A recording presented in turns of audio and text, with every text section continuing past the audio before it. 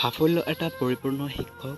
এইটো স্মাৰ্ট মানুহৰ চিন্তাৰ মাজত সোমাই দিলে কেতিয়াও বিফল নহ'ব।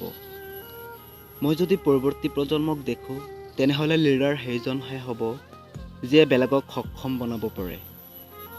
আমাৰ প্ৰত্যেকৰে এনেকুৱা এজন মানুহৰ প্ৰয়োজন যিয়ে আমাৰ কামৰ বিষয়ে মতামত দিব, তেনেহ'লে জীৱনত সফল হ'ব পাৰিম।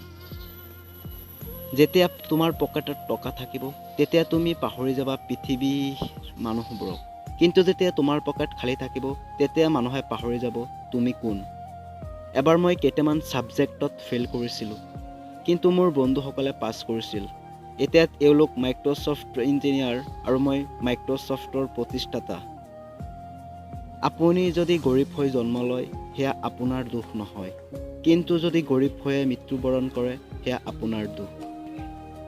অতীতৰ সাফল্য হয়তো তোমাক ব্যৰ্থতালৈ লৈ যাব, কিন্তু যদি তুমি প্ৰতিটো ব্যৰ্থতাৰ পৰা শিক্ষা ল'ব পাৰা, তেনেহ'লে দিনৰ শেষত তুমি এজন সফল মানুহ হ'বা।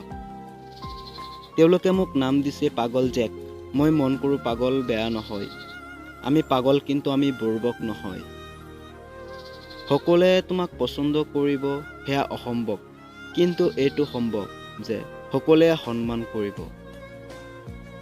যদি তুমি আকাৰত সৰু, তেনেহ'লে শৰীৰৰ শক্তিৰ সলনি মগজুৰ শক্তিৰ ওপৰত ভৰসা কৰা উচিত। মই ব্যৰ্থ হ'লেও কোনো সমস্যা নাছিল। অন্ততঃ মোৰ আইডিয়াটো মানুহে জানিলেহেঁতেন। মই সফল নহ'লেও বেলেগে নিশ্চয় হ'লহেঁতেন।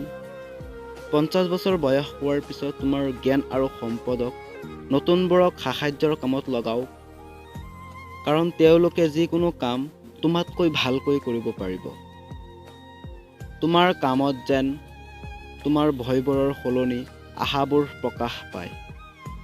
যেতিয়া এজন মানুহে বিবেচনা কৰে যে নিজ জাতি আৰু দেশৰ প্ৰতি তেওঁৰ দায়িত্ব পালন কৰিছে, তেতিয়া তেওঁ শান্তিতে মৃত্যুবৰণ কৰিব পাৰে। কোৱা হয় যে কোনো এটা জাতিক জানিব নোৱাৰে যেতিয়ালৈকে কোনোবাই কাৰাবন্দী নাথাকে।